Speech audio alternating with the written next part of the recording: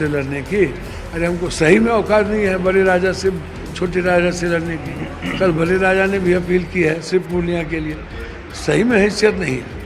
और अली बाबा 40 चोर हम सुनते थे यहाँ, तो सभी लोग, मुख्यमंत्री जी 3 दिन रह गए, पद यात्रा किए, 3 दिन आए, 3 दिन यहाँ स्टे कर दिए।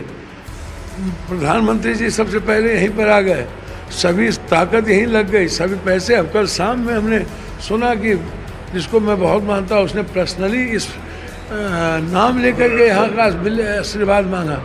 तो भैया आप आ करके नकारात्मक काम कीजिए, निगेटिविटी करिए, आप आइए ना, आप अपनी राजनीति करिए, आप पहले भी किए हैं।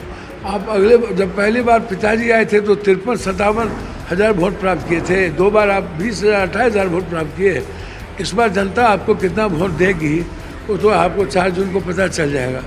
लेकिन जिस तरीके से वो निगेटिव राजनीति करके यहाँ से गए, क्रिमिनल्स को साथ बैठा के मंच पर ले जाके, और सिर्फ अरे उनकी माँ बहन को गाली दी जाती, घर में ढुक के मारेंगे, गोली को मारेंगे, यह कहना पप्पू यादव को मैं लगातार लिखता रहा चुनाव आयोग को।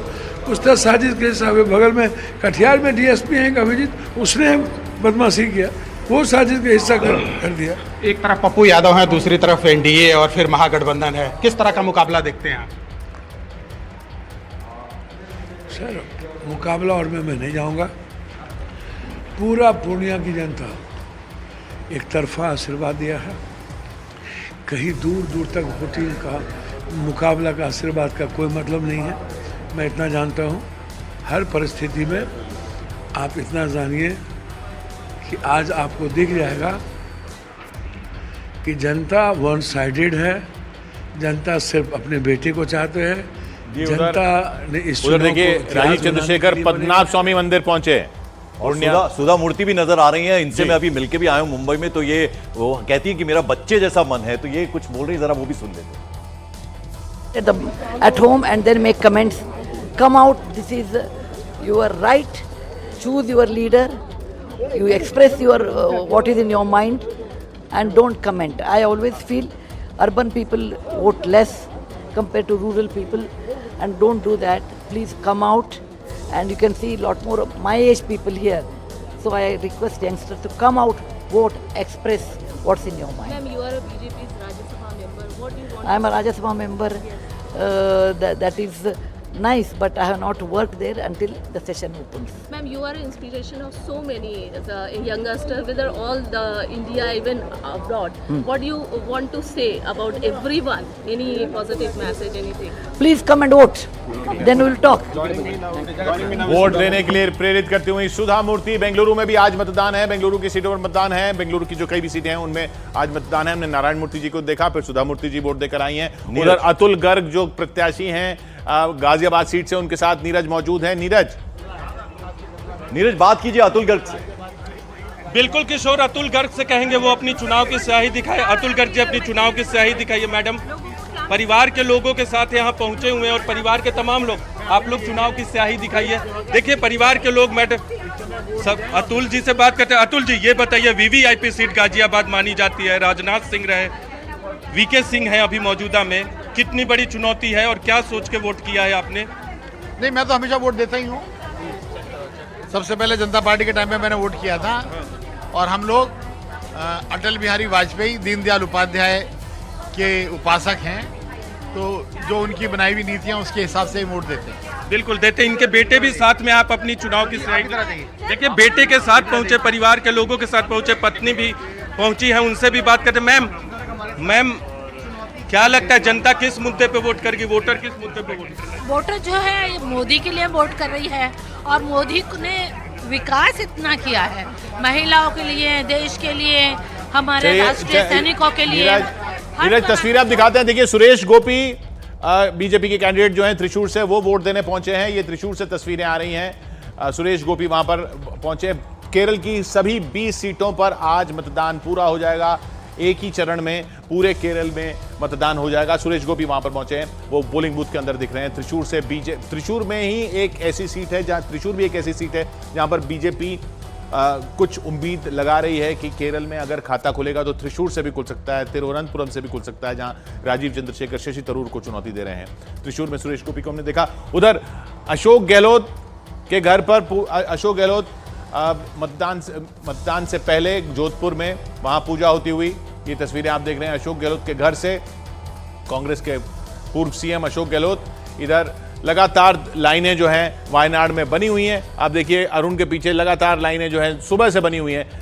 बहुत लोग जो हैं वायनाड में और केरल की हर सीट पर लाइनें लगाकर वोट देने पहुंचे हुए हैं। बिल्कुल, और वो लोकतंत्र की जो स्याही है वो दिखाते हुए जो कैंडिडेट्स भी हैं और वोट भी अपना करके आए हैं, तो अपना वो लोकतंत्र की स्याही दिखाते हुए। और हमारे रिपोर्टर्स जो है न्यूज़ 18 इंडिया के अलग अलग जगहों पर मौजूद हैं। प्रियंका के पास बहुत देर से हम नहीं गए हैं। प्रियंका, आपके पास इस वक्त क्या खबर? देखिए, इस वक्त मैं अरुण गोविल जो कि मेरठ से बीजेपी के प्रत्याशी हैं, उनके घर पर ही मौजूद हूं। थोड़ी देर पहले ही उनसे हमारी बातचीत हुई थी, जहां पर उन्होंने कहा कि आज परीक्षा का दिन ज़रूर है, लेकिन किसी तरीके की नर्वसनेस या एक्साइटमेंट नहीं है। ये एक प्रोसेस है जो जिसको होना है। मेरठ सीट की अगर बात की जाए पंकज, तो ये सीट ऐसी है जहाँ पर 3 बार के जो जीते हुए प्रत्याशी थे बीजेपी के, उनको हटाकर अरुण गोविल को टिकट दी गई है। और तीसरी बार सुनीता वर्मा, यानी कि 2 नामों को काटने के बाद तीसरी बार सुनीता वर्मा को कांग्रेस और सपा के गठबंधन से यहाँ पर टिकट दी गई है। एक टीवी के राम है तो सुनीता वर्मा को सबरी कहा जा रहा है, और इसीलिए कहा जा रहा है कि मेरठ में मुकाबला जो है वो राम वर्सेस सबरी का है। ऐसे में मुस्लिम बाहुल्य ये इलाका, खास बात ये कि तीनों कैंडिडेट में से एक भी मुस्लिम प्रत्याशी नहीं है। तो ऐसे में इस बार मेरठ में क्या हो रहा है वो बहुत ज्यादा एक्साइटेड करने वाला है, एक्साइटमेंट वाला है। जी हाँ, उधर लवीना के बाद चलते हैं। लवीना, किशोर, जैसे जैसे समय बढ़ रहा है वैसे वैसे लाइन भी जो कतारें हैं वो यहाँ पर बढ़ती चली जा रही हैं। मुझे जितने लोग इससे पहले दिख रहे थे अब ज्यादा यहाँ पर दिखाई दे रहे हैं। एक शख्स यहाँ पर बताते हैं कि 95 साल उनकी उम्र है, लेकिन फिर भी मतदान के लिए है। महिलाएं भी हैं, मैं उनसे बात करती हूँ।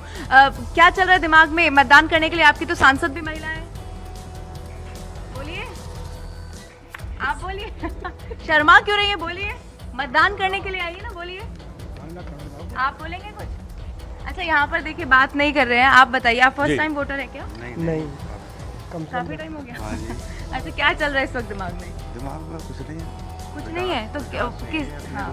और हमारी उम्मीद है, हमको 2 बार रही हैं और आगे देखेंगे क्या कर सकती हैं। अच्छा, काम हुआ है मथुरा में? हाँ, काम तो हुआ है।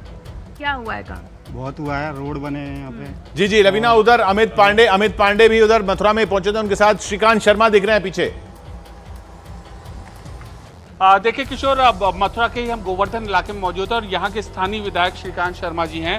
सर, अब तो ये सब पट्टा लटका के आए हैं और किस सोच के साथ आप आए हैं मथुरा? ये लोकतंत्र का उत्सव है और बहुत हर्षोल्लास के साथ लोग अपने मत का उपयोग कर रहे हैं। और तीसरी बार नरेंद्र भाई मोदी देश के प्रधानमंत्री बनने जा रहे हैं। जनता उनको आशीर्वाद दे रही है। जो जन कल्याण के कार्य हैं वो नीचे तक पहुँचे हैं। दुनिया के अंदर भारत का झंडा बुलंद हुआ है। बड़ी संख्या में हमारे यहाँ निवेश आया है, बड़ी संख्या में इंफ्रास्ट्रक्चर तैयार हुआ है। और ये जो 70 साल का जो कांग्रेस का कुशासन था, जो उसके गड्ढे थे, बहुत समय तो उनको भरने में लग गया। तो ये विकसित भारत का चुनाव है, ये विकसित उत्तर प्रदेश का चुनाव है, ये विकसित मथुरा का चुनाव है। ये आपने खास पट्टी पहन रखी है, राधे मतलब ये आज के लिए ही सोचकर पहन के रखी है, आप जनरली पहनते हैं? ये ब्रज है, भगवान कृष्ण की जन्मभूमि है, भगवान कृष्ण और राधे रानी की क्रीड़ा स्थली है। तो यहाँ कण कण में कृष्ण है। सर, एक बहुत दिक्कत यहाँ पर ये आ रही, गर्मी बहुत है, पानी का इंतजाम या ऐसे आपके लोगों ने भी यहाँ पर आसपास इंतजाम किए हैं? निश्चित रूप से, और हम सबसे अपील भी कर रहे हैं कि खूब पानी पिएं और घर से जब वोट डालने आए तो 2 गिलास पानी पीकर आए। अमित, लौटेंगे जरा। अरुण कुछ कह रहे हैं, बड़ी देर से दक्षिण नहीं गए हम। वायनाड में अरुण इस वक्त मौजूद है। अरुण, अब लगभग 20-21 मिनट का वक्त हो चुका है। देखिए, लेकिन दिक्कत है कि इस बूथ पर जहां मैं खड़ा हूं इस वक्त आकर के, वो जिस बूथ को मैंने दिखाया था वहां पर तो वोटिंग चल रही है, लेकिन ये जो बूथ है यहां पर वोटिंग हो ही नहीं पाई। एक भी वोट नहीं पड़ा। उसकी वजह क्या है कि मॉक पोलिंग में ईवीएम ठीक काम कर रही थी और अब यहां के लोगों की शिकायत है कि ग्रीन लाइट नहीं जल रही उसको दबाने पर, यानी जब वो वोट पोल करते हैं तो वोट पड़ गया कि नहीं ये उनको पता नहीं चल पा रहा है। क्या प्रॉब्लम आ रही, क्यों नहीं हो रहा है? अभी हम लोग सुबह से इधर खड़ा है। हाँ? अभी तक क्या होने मालूम नहीं है। हाँ? अभी तक उन लोग बोला ग्रीन लाइट नहीं चलता है। हाँ? वो है तो वोटिंग नहीं हो रही अभी? नहीं हो रही। क्या हो रहा है? अभी भी नहीं हो रहे, मशीन खराब है। क्या हो गया? दूसरा वोटिंग मशीन भी नहीं है। दूसरा वोटिंग मशीन भी नहीं है। आप लोग कब से खड़े हैं? सुबह में 15 मिनट हो गया। अच्छा, आधा घंटा हो गया। जरा तस्वीरें दिखाइए, जरा नीरज जी तस्वीरें दिखाइए। ये देखिए महिलाएं हैं, ये यहाँ पर खड़ी हैं और यहाँ पर वोटिंग रुक गई है, अंदर तक मतदाता है। क्या प्रॉब्लम है? वोट नहीं कर पा रहे। What is the problem? अच्छा नहीं है, थोड़ा वोटिंग मशीन काम नहीं कर सकता है। वोटिंग मशीन काम नहीं कर रही। देखिए वहाँ पर जो अधिकारी हैं, मतदान अधिकारी हैं, वो लगातार लगे हुए हैं कि किसी तरह से ठीक किया जाए, या फिर जो एक्स्ट्रा वोटिंग मशीन होती है कार्यालय पर रखी होती है, जो बूथ के बाहर एक जगह पे वहां से लाई जाए। लेकिन अभी तक जो मतदान है यहाँ पर शुरू नहीं हो पाया किशोर। जी तो ये थोड़ी सी अरुण एक छोटा दिवाकर है वहां पर, जरा उनसे बात कर ले। दिवाकर, आपके पास कुछ खबर?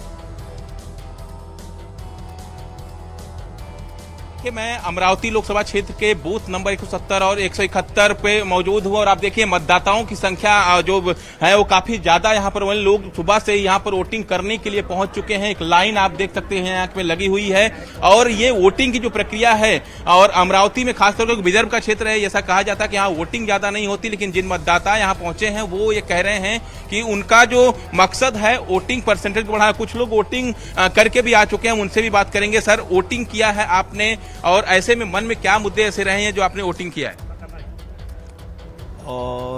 हमको देश को अच्छे से हमारा जो डेवलपमेंट करना है वो हिसाब से हमने वोटिंग किया सभी ने। इतनी सुबह सुबह वोटिंग करने का बड़ी संख्या में लोग पहुंचे हैं। विदर्भ में वोटिंग इतनी ज्यादा होती नहीं, गर्मी काफी ज्यादा है, तो क्या उसके चलते आप सुबह सुबह वोटिंग करने पहुंचे हैं? नहीं, पहला तो अपना देश का विकास होना चाहिए, 100% तक अपना वोटिंग होना ही चाहिए, ये अपना फर्ज है। देश हर एक मतदाता का एक फर्ज है, भारत देश में जो भी रह रहे कि अपना वोटिंग 100% तक ले जाए और हर एक घर का आदमी एक वो अपना वोटिंग करे और उसके देश हित के लिए वो सबसे बेस्ट रहेगा। जबरदस्त उत्साह 100% वोटिंग हो, ये कोशिश 100% वोटिंग हो, ये जैसे इन्होंने बताया कि ये कोशिश हो रही है कि 100% वोटिंग हो। 100% हो जाए तो खैर बहुत ही बड़ी बात है, लेकिन क्योंकि सबसे बड़ा जो पॉइंट देखा गया वो पहले फेज में यही कि वोटिंग परसेंटेज कम हो गया था। आज वोटिंग परसेंटेज क्या पिछली बार के मुकाबले कम होता है, उतना होता है या बढ़ता है, ये देखना होगा, क्योंकि इस बात पे काफी जोर लगाया गया है कि दूसरे फेज में वोटिंग जो है वो बढ़े। बहुत बड़ा चुनाव है ये, भारत देश का चुनाव है, इसमें इलेक्टोरेट ही 97 करोड़ है बिल्कुल कुल मिला के, और 7 फेजेस में ये चुनाव होने जा रहा है, तो अपने आप में वो बड़ी बात है। आप अमेरिका में जितने लोग रहते हैं सारे के सारे जोड़ लीजिए, यूरोप में जितने लोग रहते हैं सारे के सारे जोड़ लीजिए, उसमें रूस में जितने लोग रहते हैं उनको भी जोड़ लीजिए, उससे ज्यादा लोग यहां पर वोटर हैं। बिल्कुल, इस देश में उससे ज्यादा लोग वोटर हैं। बिल्कुल, और ऐसे में बड़ी बात यह है। और अभी लेकिन कुछ कंसर्न जरूर हैं, जैसा कि हमारे सहयोगी अरुण बता रहे थे, वायनाड में थोड़ी देर के लिए मतदान रुका है क्योंकि जो ईवीएम मशीन है उसमें कुछ खराबी तो अभी हम भी ब्रेक लेते हैं, तो देखते हैं, छोटा सा ब्रेक लेते हैं। आपको बता दें 88 लोकसभा सीट के लिए दूसरे चरण में आज 13 राज्यों में वोटिंग हो रही है और पल पल की अपडेट, पल पल की जानकारी हमारे रिपोर्टर्स चूंकि जहां जहां मतदान हो रहा है वहां पर चप्पे चप्पे पर मौजूद हैं, इसलिए न्यूज़ 18 इंडिया लगातार आप देखते रहिए, आपको मिलेगी यहां पल पल की अपडेट।